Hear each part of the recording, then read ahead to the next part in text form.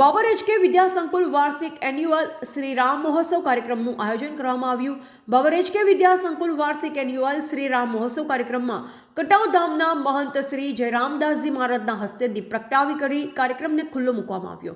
આ કાર્યક્રમમાં એચકે વિદ્યા સંકુલ દ્વારા વાર્ષિક મહોત્સવ ધામધૂમથી ઉજવવામાં આવ્યો, જેમાં મેનેજર ડિરેક્ટર ભરતભાઈ સુથાર દ્વારા પધારેલા આગેવાનો, બાળકોના વાલીઓ અને મહેમાનોનું ફૂલથી ભવ્ય સ્વાગત સન્માન કરવામાં આવ્યું હતું. ત્યારબાદ એચકે વિદ્યા સંકુલના કુલ 250 બાળા અને બાળકોએ ભાગ લીધો.